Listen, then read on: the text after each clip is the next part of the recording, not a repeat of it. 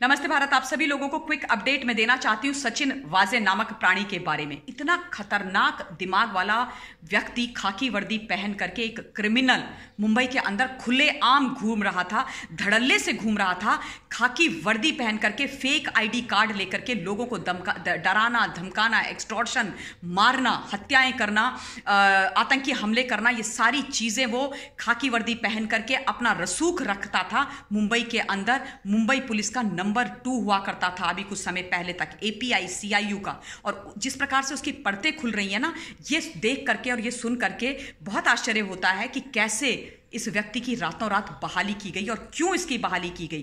क्या ऐसी जरूरत पड़ गई थी, क्या ऐसी जल्दी थी कि एक्स सीपी जो मुंबई के हैं परमवीर सिंह, उन्होंने रातों रात इवन गैजेट नोटिफिकेशन निकाल करके with in no time Sachin Vaze जो एक क्रिमिनल है उसको बहाल किया मुंबई पुलिस के अंदर, उसको नंबर 2 बनाया मुंबई पुलिस के अंदर। और उसके बाद तमाशा ये व्यक्ति खुलेआम धड़ल्ले से सड़कों पर घूम करके करता रहा, अंजाम देता रहा एक के बाद एक क्राइम को।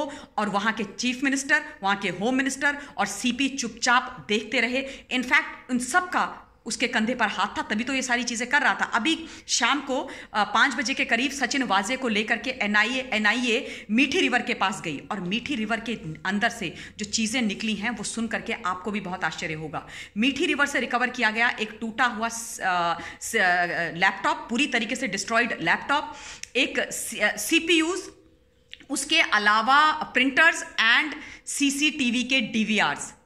आप सोचिए ये सारी चीजें मीठी रिवर में फेंक दी गई थी। एनआईए आज शाम को 5 बजे सचिन वाजे को लेकर के मीठी रिवर के पास गई। वहां पर डाइवर्स मीठी रिवर के अंदर गए और उन्होंने निकाले सीपीयूज, डिस्ट्रॉयड लैपटॉप, सीसीटीवी के डीवीआरस और प्रिंटर्स।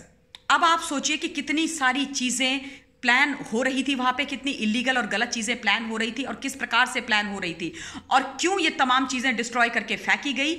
सचिन वाजे जब वहां पर पहुंचा है तो ऑब्वियसली उसी ने बताया होगा कि ये स्पॉट है, यहां पर हमने फेंका है। तो आप सोचिए कितना खतरनाक खेल वहां पर खेला जा रहा था इस व्यक्ति से, जो खाकी वर्दी पहन करके रक्षक होने के बजाय भक्षक बना हुआ था और करोड़ों की गाड़ियों में घूमता था। हजारों के कमरों में जो ट्राइडेंट होटल है उसके अंदर रह रहा था। लाखों रुपए उसके पेमेंट कर दी गई थी किसी के द्वारा। एक मिस्ट्री वुमन उसको मिलने गई थी, उसकी अभी खोज चल रही है और उसका खोजना और उसका मिलना भी बहुत ज्यादा जरूरी है कि आफ्टर ऑल वो मिस्ट्री वुमन कौन थी, वो क्यों सचिन वाजे को मिलने जा रही थी। सचिन वाजे उन ब्लैक बैग्स में लेकर के क्या गया था अंदर, क्या उसके पास चीजें थी जो वो लेकर के ट्राइडेंट होटल में चेक इन किया था, क्यों वो इतने दिन तक 100 दिन तक ट्राइडेंट होटल में रहना चाह रहा था, और क्या चीजें थी जिन को वो अंजाम देने वाला था, और ऐसी कौन सी स्टोरीज एंड स्क्रिप्ट उसने लिखी थी मुंबई और मुंबई के लोगों को बर्बाद करने की, वो सामने आनी बहुत जरूरी है। किस प्रकार के और आतंकी हमलों की प्लानिंग वो कर रहा था, किस प्रकार के और ऐसे जिलेटिन स्टिक वाले तमाशे वो करने वाला था, ये चीजें बाहर निकलेगी। बट एनआईए बहुत जल्दी काम कर रही है, एनआईए बहुत सारी चीजें बाहर निकाल करके लेकर के आ रही है। और एक चीज और मुझे बहुत बॉदर करती है और मुझे लगता है कि इसका आंसर मिलना बहुत ज्यादा जरूरी है कि आफ्टर ऑल सचिन वाजे किसकी शह पर ये इतने खतरनाक खेल कर रहा था। एक अदना सा एपीआई सीआईयू का इतने बड़े बड़े खेल अकेले नहीं कर सकता है। इसके आका कौन है, इसके सूत्रधार कौन है, इसके कर्णधार कौन है, उनका बाहर आना बहुत जरूरी है। क्योंकि हिंदुस्तान किसी भी बीमारी को जड़ से मिटाना बहुत जरूरी है। क्योंकि अगर सिर्फ आप उसको ऊपर से दवाई दे करके दबा देंगे किसी बीमारी को, तो वो बीमारी दोबारा उठ करके आती है और फिर नासूर भी बनती है। इसलिए बीमारी को अगर जड़ से खत्म करना है तो उसको डायग्नोज करना बहुत जरूरी है और उसके बाद उसका इलाज करना भी बहुत जरूरी है। तो ये बहुत बड़ी बीमारी मुंबई पुलिस के अंदर थी, मुंबई के समाज के अंदर थी, मुंबई की राजनीति के अंदर थी। इसका खत्म होना बहुत जरूरी है और पता लगना कि कौन इसके आका हैं, इसके स्वामी हैं, जरूरी है। ये अपडेट मैं आपको देना चाहती थी, मुझे अभी पता चली तो I made this video quickly.